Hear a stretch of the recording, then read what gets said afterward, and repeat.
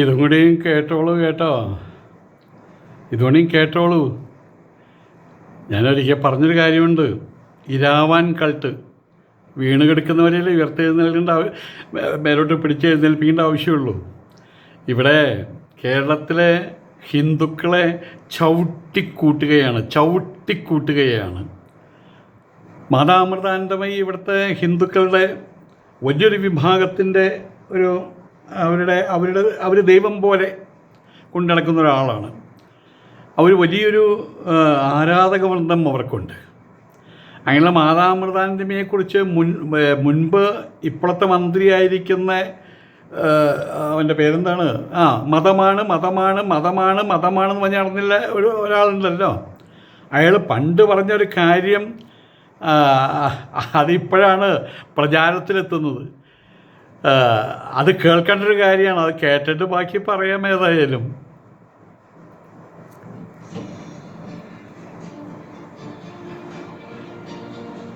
ബഹുമാനപ്പെട്ട മുഖ്യമന്ത്രി, നിങ്ങളോടൊന്നുമില്ല കേട്ടോ, നിങ്ങളെ വിശ്വാസത്തെ പരിപൂർണമായും ബഹുമാനിക്കുന്നു. പക്ഷേ ഞങ്ങൾക്ക് കിട്ടേണ്ടത് മറ്റേ ചങ്ങായിനെയാണ്.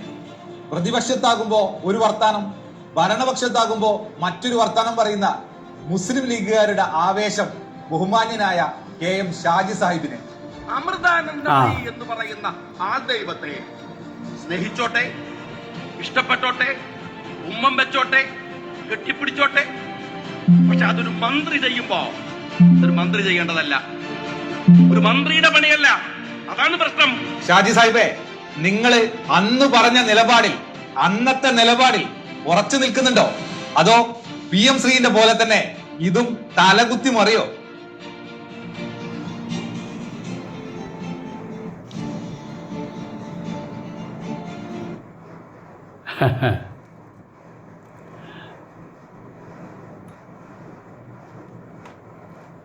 ഇപ്പോൾ ഇത് KM ഷാജി മന്ത്രി പണ്ട് പറഞ്ഞൊരു കാര്യമാണ് കേട്ടോ. ഞാനിതിപ്പോഴാണ് കേൾക്കുന്നത്, എല്ലാവരും ഇപ്പോഴാണ് കേൾക്കുന്നത്. അപ്പോൾ മാതാമൃതാനന്ദമയെ കാണാൻ പോയ മുഖ്യമന്ത്രി VD സതീശൻ ആ ഒരു സംഭവത്തെ ആസ്പദമാക്കിയിട്ട് ഒരുപാട് അധിക്ഷേപങ്ങൾ നടക്കുകയാണ്, കളിയാക്കലുകൾ നടക്കുകയാണ്. ഇതിനു മുൻപ് ഈ മുസ്ലിങ്ങളുടെ നേതാക്കന്മാർ, പാണക്കാട് മറ്റേ സമസ്തയുടെ നേതാക്കന്മാർ, ഇവരേക്കും കാണാൻ പോയത് നമുക്ക് എല്ലാവർക്കും അറിയാമല്ലോ. ഈ VD സതീശൻ, അതുപോലെ തന്നെ ഇവിടുത്തെ ആഭ്യന്തരമന്ത്രി പോയത് മുദ്ര കുത്തി കൊടുത്തൊക്കെ നമുക്ക് കാണാൻ പറ്റുന്നുണ്ടല്ലോ. അതിനെക്കുറിച്ച് ഇവിടുത്തെ ഹിന്ദു പറ്റി എന്തായാലും പറയുക, താഴോട്ട് ഇറങ്ങി വരികയാണ്. അതിൻ്റെ യൂട്യൂബേഴ്സ്, അത് ഇൻസ്റ്റഗ്രാമിൽ ഇടുന്ന ആൾക്കാർ ഒന്നും പറഞ്ഞിട്ടില്ല, അതിനെക്കുറിച്ച് അവഹേളിച്ചിട്ടൊന്നും പറഞ്ഞിട്ടില്ല. പക്ഷേ ഇപ്പോൾ ഇവിടെ ഞാനിന്ന് ഒരു വൈകുന്നേരം 6 മണി 7 മണി കഴിഞ്ഞിട്ട് ഫോൺ എടുക്കുന്ന സമയത്ത്, മൊബൈൽ എടുത്ത സമയത്ത് ഇത് മാത്രമേ കാണാനുള്ളൂ. VD സതീശൻ മാതാമൃതാനന്ദമയെ പോയി കണ്ടു. പിന്നെ മാത്രമല്ല, അവർ മാതാമൃതാനന്ദമയി ദേവി ആരെ കണ്ടു കഴിഞ്ഞാലും മോനെ അല്ലെങ്കിൽ മോളെ എന്ന് വിളിച്ചിട്ട് അവർ ഷീ വിൽ ഹഗ്, അവർ ആലിംഗനം ചെയ്യും. അതിനെപ്പോലും ആ ഒരു കാര്യം ആവശ്യത്തിലേറെ പ്രൊജക്റ്റ് ചെയ്തുകൊണ്ടുള്ള ഫോട്ടോസോ വീഡിയോസോ ഒക്കെ ഇട്ടുകൊണ്ടാണ് അതിൻ്റെ പുറകിൽ ഇങ്ങനെയുള്ള വർത്തമാനങ്ങളും അതിനെ ന്യായീകരിക്കാതെയുള്ള കമൻറ്റുകളൊക്കെ വന്നിട്ടുള്ളത്. ഞാനൊന്നും പറയാനില്ലേ. എനിക്ക് എന്നോട് സ്നേഹമുള്ള ഒരാൾ എനിക്ക് തന്ന ഒരു മൊബൈല്, ആ മൊബൈൽ നല്ല തെളിച്ചുകൊണ്ട് അതിനകത്ത് റെക്കോർഡ് ചെയ്യുമ്പോൾ നല്ല ശബ്ദം കിട്ടുന്നുണ്ട്. അപ്പോൾ ഞാൻ ആ മൊബൈല് അതിൻ്റെ കവർ വാങ്ങിക്കാൻ വേണ്ടിയിട്ട് ഞാനൊരു കടയിൽ പോയി. ദുബായിലാണ് കേട്ടോ, അൽ റാഷിദിയ. അവിടെ ഒരു കടയിൽ പോയി. മറ്റേ നമ്മളുടെ ലുലുവിൻ്റെ മുൻപിലുള്ള അവിടുത്തെ അൽ റാഷിദിയുടെ പോലീസുകാരുടെ മുമ്പിലുള്ള ഒരു കടയിൽ ഞാൻ അവിടെ പോയി. അപ്പോൾ അവിടെ പോയിട്ട് ഞാൻ ഈ മൊബൈൽ കൊടുത്ത് ഇതിൻ്റെ കവറ് വേണമെന്ന് അവരോട് പറഞ്ഞു. അപ്പോൾ ആ സമയത്ത് അവിടെ കവറില്ല. അപ്പോൾ ഞാൻ പറഞ്ഞു, ഇനി എവിടെ നിന്നാണ് കിട്ടുക? അപ്പോൾ എന്നോട് സ്നേഹമുള്ള ഒരാൾ, അപ്പോൾ ആ കടയിൽ ഞാൻ നാളെ ആകുമ്പോൾ എവിടെയെങ്കിലും തേടി പിടിച്ചോട് കൊണ്ടുവയ്ക്കാട്ടോ എന്ന് പറഞ്ഞു. ശരിയെന്നും പറഞ്ഞു. സ്വാമി, ഈ മൊബൈൽ എവിടെ നിന്നാണ് വാങ്ങിച്ചത്? എനിക്കൊരാൾ സംഭാവന ചെയ്തതാണെന്ന് പറഞ്ഞു. എന്തേന്ന് ചോദിച്ചു. നല്ല മൊബൈലാട്ടോ എന്ന് പറഞ്ഞു. അപ്പോൾ ഇത് അങ്ങനെ അത്രയും പറഞ്ഞല്ലോ. പറഞ്ഞു ഇതിനിപ്പോൾ എന്ത് വില ചോദിച്ചപ്പോൾ അദ്ദേഹം പറഞ്ഞത് ഏകദേശം 84,000 രൂപ എന്നാണ് മറ്റോ പറഞ്ഞത്. ഞാൻ നിന്നെടുത്തുനിന്ന് ചാടി വാസ്തവത്തിൽ. എൻ്റെ ഒരു ലിമിറ്റ് എന്ന് പറഞ്ഞു കഴിഞ്ഞാൽ ഒരു 12, 14, 15, 16, 18, 20,000 രൂപയെന്ന് എനിക്ക് ഓർക്കാൻ തന്നെ വയ്യ. ആ സമയത്താണ് ആ മൊബൈൽ 84,000 മൊബൈലെന്ന്. ആ സാധനം ഇപ്പോൾ പിടിച്ചു കൊണ്ടുപോയി. പോലീസുകാർ പിടിച്ചുകൊണ്ട് എൻ്റെ തട്ടിപ്പറിച്ചു കൊണ്ടുപോയൊന്നുമല്ല. ഞാൻ വീഡിയോ ഇട്ടു. ആ വീഡിയോ ഏത് മൊബൈലിൽ നിന്നാണ് ഇട്ട്, ഏത് ലാപ്ടോപ്പിൽ നിന്നാണ് ഇട്ടെന്ന് അവർക്ക് കോടതിയിൽ ബോധ്യപ്പെടുത്തണമല്ലേ. അവർ തൊപ്പി തെറിക്കും. അവരത് കൊണ്ടുപോയി അവർ ഭദ്രമായിട്ട് പാക്ക് ചെയ്തതിനോട് പറഞ്ഞു, ഭദ്രമായിട്ട് പാക്ക് ചെയ്തിട്ടുണ്ട്, അത് സ്വാമി കേസ് കിട്ടുമെന്ന് പറഞ്ഞു. ആയിക്കോട്ടെ, കിട്ടാതിരിക്കുകയും ചെയ്യട്ടെ. ഏതായാലും അതിന് ശേഷം ഇത് നഷ്ടപ്പെട്ടു എന്നറിഞ്ഞിട്ട് മറ്റൊരു സുഹൃത്ത്, അദ്ദേഹം ഗൾഫിലുള്ള ആൾ തന്നെയാണ്. ആ സുഹൃത്തിൻ്റെ പേര് ഒരിക്കലും എനിക്ക് പറയാൻ പറ്റാത്ത സാഹചര്യമുണ്ട്. കാരണം അദ്ദേഹം പറഞ്ഞത് എന്താണെന്ന് വെച്ചാൽ, ഇത് ഞാനല്ല സ്വാമിക്ക് തരുന്നത്. സ്വാമി എപ്പോഴും പറയാറുണ്ടല്ലോ, വീണ് കിടക്കുന്നവരെയാണ് ഉണർത്തേണ്ടതെന്ന്, അല്ലെങ്കിൽ ഉയർത്തേണ്ടത്. ആയതുകൊണ്ട് ഇത് ഞാൻ വിശ്വസിക്കുന്ന അള്ളാഹുവിൻ്റെ സംഭാവനയായിട്ടേ കാണാൻ പാടുള്ളൂ. നന്ദിയെല്ലാം അവിടേക്ക് പോകട്ടെ.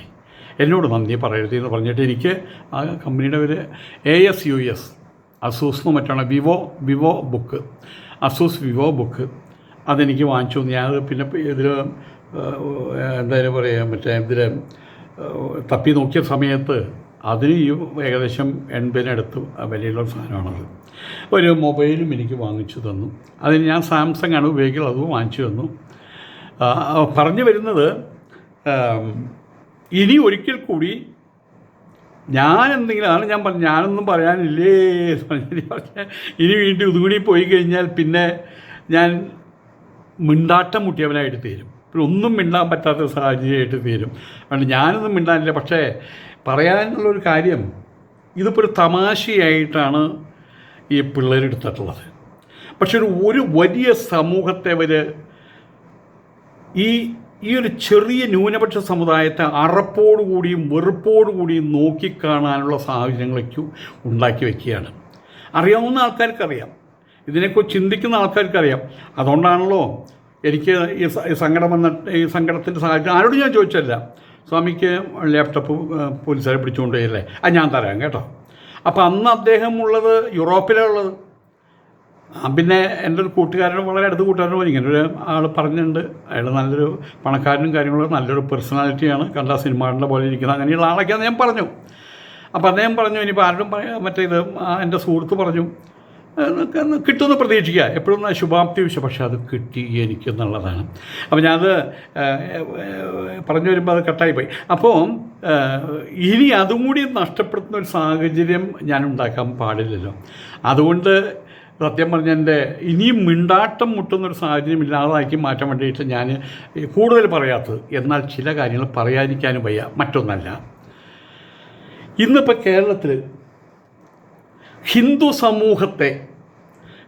സമൂഹത്തിനകത്ത് വാക്കുകളുള്ള, നോക്കുകളുള്ള, ഒന്നുകൂടി വ്യക്തമായിട്ട് പറഞ്ഞാൽ ഹിന്ദു സമൂഹത്തിൽ ജീവനോട് കൂടിയിരിക്കുന്ന ചത്ത ശവങ്ങളല്ലാത്ത നാക്കുള്ള, നോക്കുള്ള, കേൾവിയുള്ള, കേൾക്കാൻ ശേഷിയുള്ള, ചിന്തിക്കാൻ ശേഷിയുള്ള എല്ലാവരെയും ചവിട്ടിക്കൂട്ടാനുള്ളൊരു ശ്രമം ഇവിടുത്തെ മുസ്ലിം പിള്ളേർ അതിനുവേണ്ടി ശ്രമിക്കുന്നുണ്ട്.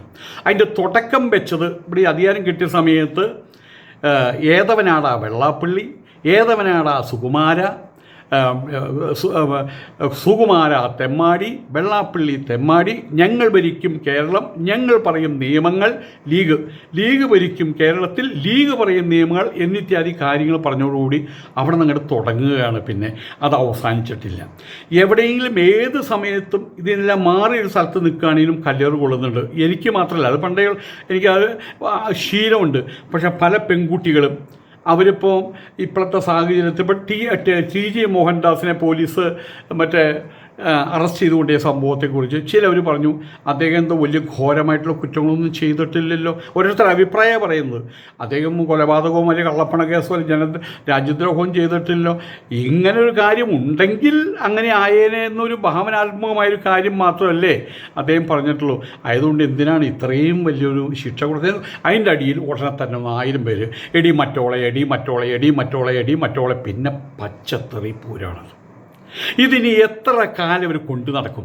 എനിക്കിത്രേ പറയാനുള്ളൂ. മുസ്ലിം സമൂഹത്തോട് സ്നേഹം കാണിക്കുന്ന, മുസ്ലിം സമൂഹത്തിൽ നാളെയും ഈ കേരളത്തിൽ ന്യൂനപക്ഷമാണെന്നാണ് മനസ്സിലാക്കണം. ഇന്ത്യയിലെ അതീവ ന്യൂനപക്ഷം. ആ ന്യൂനപക്ഷത്തിന് ഇവിടെ സുഖമായിട്ട് ജീവിക്കുന്ന ഒരു സാഹചര്യം ഇന്നലെ വരെ എന്നോണം ഇവിടെ അങ്ങനെ ഒരിക്കലും പോണുണ്ടോ അവനൊരു ജോനോനാ, ഞങ്ങളുടെ നാട്ടിൽ ജോനോൻ എന്നാ പറയാം, മാപ്പിള എന്നും പറയും, എന്ന് പറഞ്ഞിട്ടില്ല. എനിക്ക് സുഹൃത്തുക്കളുണ്ട്, നിങ്ങൾക്കും ഹിന്ദു സുഹൃത്തുക്കളുണ്ട്, ഇപ്പോഴും അത് മെയിൻറ്റെയിൻ ചെയ്ത് പോകുന്ന ആൾക്കാരുണ്ട്. പക്ഷേ കുറേ ആൾക്കാർ വിഷം കലർത്തുന്നുണ്ട്. കിട്ടിയ അവസരത്തിന് മുഴുവൻ ഹിന്ദുക്കളെ കുറ്റം പറയുന്നുണ്ട്, ഹിന്ദുക്കളെ ചവിട്ടി താഴ്ത്താൻ ശ്രമിക്കുന്നുണ്ട്. അതിൻ്റെ പുതിയ വർഷം ഇപ്പം ഇന്ന് വന്ന ഒന്നാണ് മാതാമൃതാനന്ദമയെ ഇദ്ദേഹം കേരള മുഖ്യമന്ത്രി വന്ന് അവരെ കണ്ടു. ഇവിടെ എല്ലാവരും ഇന്ത്യൻ പ്രധാനമന്ത്രി വന്നിട്ടുണ്ട്, ഇന്ത്യൻ പ്രസിഡൻറ്റ് വന്നിട്ടുണ്ട്. അവരുടെ ഇഷ്ടമാണ്. ഞാൻ ഇന്ന് വരെ അവിടെ പോയിട്ടില്ല. അതെന്താ? എനിക്ക് ഇഷ്ടക്കേടുണ്ടായിട്ടല്ല, ഞാൻ പോയിട്ടില്ല, അത്രമാത്രമേ ഉള്ളൂ. ഞാൻ പോയിട്ടില്ല.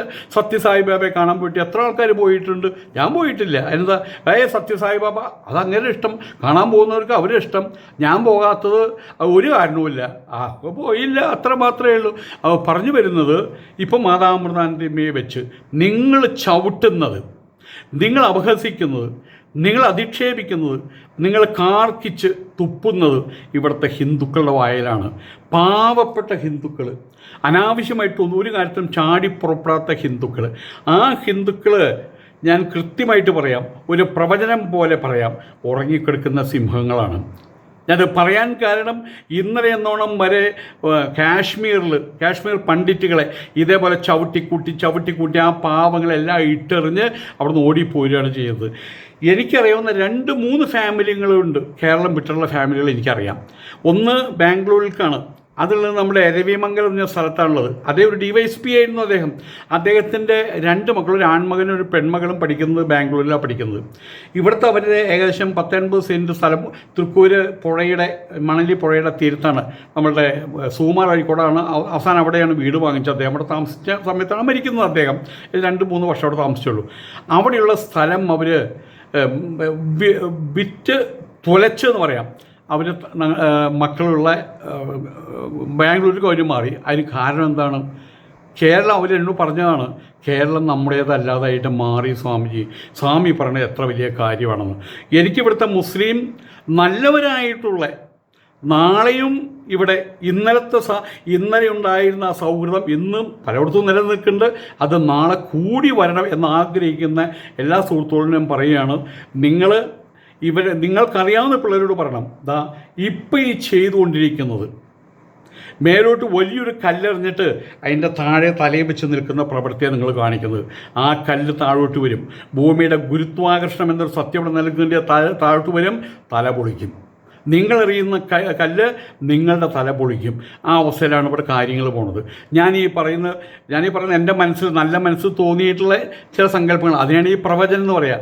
അതാണ് ഞാൻ പറയുന്നത്. ഇത് ഇന്ന് വരെ കാണാത്ത രീതിയിലുള്ള അതിഭയാനകമായിട്ടുള്ള ടെറിബിൾ അധിക്ഷേപമാണ് ഹിന്ദുക്കളിപ്പോൾ സഹിച്ചുകൊണ്ടിരിക്കുന്നത്. കേരളത്തിൽ ഇനി ഹിന്ദുക്കൾ വേണ്ട എന്നാണോ ഇതിൻ്റെയൊക്കെയും അർത്ഥം? ഉത്തരേന്ത്യയിൽ ആ രീതിയിൽ പണ്ഡിറ്റുമാരെ മുഴുവൻ അടിച്ചിറക്കി പുറത്തുവിട്ട് പലരെയും നശിപ്പിച്ചു, വീടുകൾ നശിപ്പിച്ചു, എല്ലാം നശിപ്പിച്ചു. ആ പാവങ്ങൾ യമുനാ തീരത്ത് വന്ന് പിച്ച തെണ്ടി ജീവിക്കുന്നത് ഞാൻ കണ്ടിട്ടുണ്ട്. അവിടെ വലിയ ജോലി ഉണ്ടായിരുന്ന ആൾക്കാർ, സാമ്പത്തികം ഉണ്ടായിരുന്ന ആൾക്കാർ സുപ്രഭാതത്തിൽ വെള്ളപ്പൊക്കം വന്ന് പോണ പോലെ പോകുന്നത്. ഇന്നിപ്പോൾ ഉത്തരേന്ത്യയിലത്തെ സ്ഥിതി എന്താണ്? നമ്മൾ കാണുന്ന ചില വാർത്തകളും കാണുന്ന ചില കാര്യങ്ങളും വെച്ച് പറയുകയാണ്. അവിടെ ഇപ്പോൾ ക്രിസ്ത്യാനികൾക്ക് കൊന്ത ധരിച്ച് നടക്കാൻ പറ്റാത്ത പ്രശ്നമാണത്. പള്ളികളുടെ മിനാരങ്ങൾ അടിച്ചു തകർക്കുന്നു, അതിൻ്റെ മേലെ കാവിക്കൊടി നാട്ടുന്നു. കാരണം അവരുടെ മനസ്സിൽ അഗ്നിയുണ്ട്. അവരുടെ മനസ്സിൽ ആ കനൽ കൊണ്ടിട്ടത് ആരാണ്? ചിന്തിക്കണം. അതേ പ്രവൃത്തി തന്നെയാണിപ്പോൾ കേരളത്തിലുള്ള കുറേ മുസ്ലിം മ്ലേച്ഛന്മാരായിട്ടുള്ള, തുച്ഛന്മാരായിട്ടുള്ള, അല്പന്മാരായിട്ടുള്ള പിള്ളേർ ഒരു മൊബൈലും വെച്ച് കാണിച്ചുകൊണ്ടിരിക്കുന്നതെന്നർത്ഥം. പച്ചത്തറി പറഞ്ഞ് അതിൻ്റെ കൂട്ടത്തിൽ അപ്പുറത്തുമായിട്ട് പ്രസംഗിക്കും, ഞങ്ങൾ മദ്രസയിൽ പഠിച്ചവരാണ്. മദ്രസയിൽ ഇതൊക്കെയാണോ പഠിപ്പിക്കുന്നത്? ഈ പച്ചത്തറിയാണോ മദ്രസയിൽ പഠിപ്പിക്കുന്നത്? ഇവിടെ കാണുന്ന കാഴ്ചകളാണ് ഞാൻ പറയുന്നത്. നിർത്തുന്നതാണ് നല്ലത്. അല്ലെങ്കിൽ നിങ്ങളുടെ കാരണവന്മാർ, തലതൊട്ടപ്പന്മാർ, നേതാക്കന്മാർ രംഗത്തിറങ്ങി നിർത്തിക്കുന്നതാണ് നല്ലത്. അതല്ലെങ്കിൽ ഒരു പ്രത്യേക സാഹചര്യത്തിൽ വരുമ്പോൾ എല്ലാം സ്റ്റോപ്പാവും. എല്ലാം എന്ന് പറഞ്ഞാൽ ഇവിടുത്തെ വാഴ്ക്കൈ, ജീവിതം, ജീവൻ. ഞാൻ ഇനി കൂടുതൽ പറയുന്നില്ല. നമസ്കാരം.